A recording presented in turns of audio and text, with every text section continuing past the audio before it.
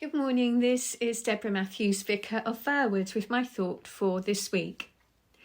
My sisters and I are in the process of clearing out my parents' house.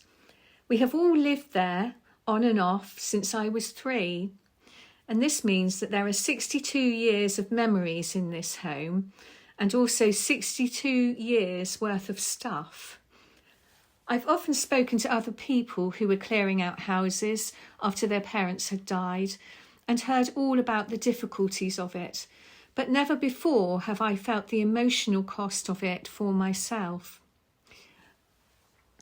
A lifetime of memories are of course bound up in the people, but also in all the little treasures that have meant so much to our parents, including all the things they had inherited from their parents.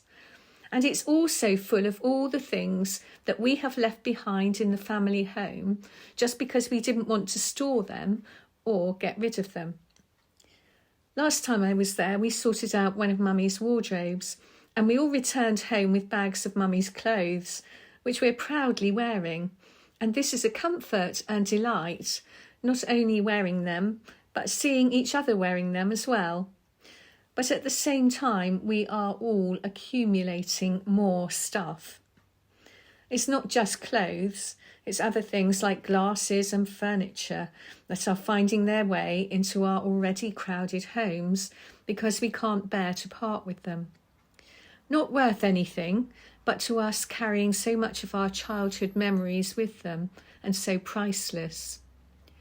But having already tried to pass on some things to the next generation, I realise that their attraction is bound up in our memories, and so they won't be given house room by our children.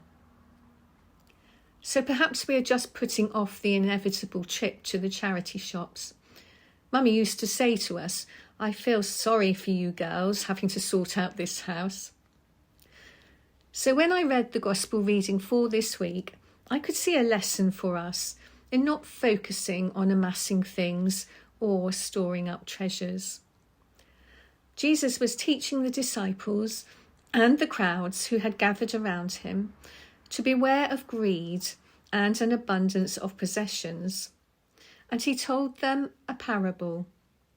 It is the story of a rich man whose land had produced a bumper harvest, but he had no room to store it. His barns were not big enough to store all of the surplus grain. So he thought to himself, "I will pull down my barns and build bigger ones.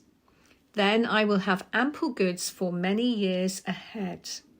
Then I can relax, eat, drink, and be merry." But God said to him, "You fool, this night your life will be taken from you. So who will then benefit from all your plans?" And so it is with those who store up treasures for themselves but are not rich towards God. This is not really the same thing as filling up our homes with worthless things that bring back memories, but there are definitely some connections. Because it all depends upon where our heart lies. Do we spend our time focused on our own security and comfort and finances, or are we rich towards God?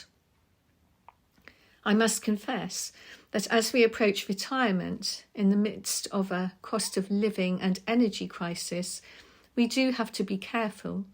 It is sensible for us to ensure that we have enough to manage on.